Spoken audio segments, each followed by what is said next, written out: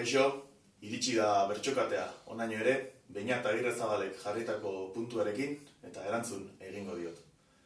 Klaseak emateko, klasea behar da, pazientzia asko hobeto esan da, etzazula pentsatu gaudenik etzan da, sinuako sinua epsilon talan da, oporren zai gaudegu onenak eman da, oporren zai gaudegu onenak eman da.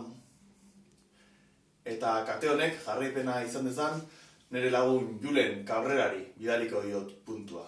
Hauxe da, faltan bota aldezu, eskutan baloia.